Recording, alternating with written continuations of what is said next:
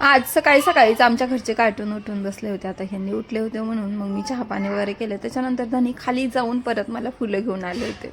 घरी जाता जाता फुलं दिसल्यानंतर परत घेतले आणि परत वरी आले. मोबाईल पण घरीच राहिला होता म्हणून मग पुन्हा वरी आले होते. आता मला इथं सकाळी सकाळी मुलांना खायला काहीतरी करायचं होतं म्हणून मी धिरडेच बनवायला घेतले. कारण सगळी कामे करता करता खूप उशीर होऊन जातो आणि शिवमला पण सुट्ट्या आहेत. त्याच्यामुळं अगोदर थोडंसं खायला बनवून घेते. दळण पण करायचं होतं. त्याच्यानंतर मी लागलेच दळण करायला घेतलं. हे कामं करता करता कधी 10-11 वाजता समजतसुद्धा नाही. आता दळण करायचं म्हणलं की आमची देऊ इथंच येऊन बसलेली असते खडे खायला. ती कडं टी व्ही बघत होती.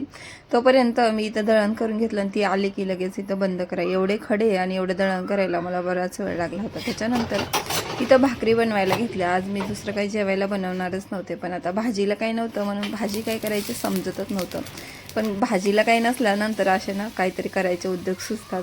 आज म्हणलं चला इन्स्टंट शेवभाजी करूया. इथं मसाला असा भाजून घेतला, चांगला कुटून घेतला आणि त्याला चांगला घरचा मसाला टाकून फोडणी देऊन घेतली. वाटीमध्ये थोडंसं बेसन पीठ, नमक टाकलं आणि नंतर जो आपला घरचा झाऱ्या असतो त्याच्याने अशी शेव पाडायला घेतली आणि मस्त इथं शेवभाजी तयार होती. तुम्ही पण अशी शेवभाजी ट्राय करू शकता. इथं वाटण्यासाठी मी तिळाचा उपयोग केला होता. तुम्ही डाळीचा सुद्धा उपयोग करू शकता. त्याच्यानंतर ताक वगैरे सुद्धा केलं होतं आणि माझ्यासाठी शिळ्या भाकरीचे कुटके केले होते, कारण मला आवडतात. कुटके वगैरे फेकून दे वाटत नाही. तर चलो बाय, आजच्यासाठी एवढंच.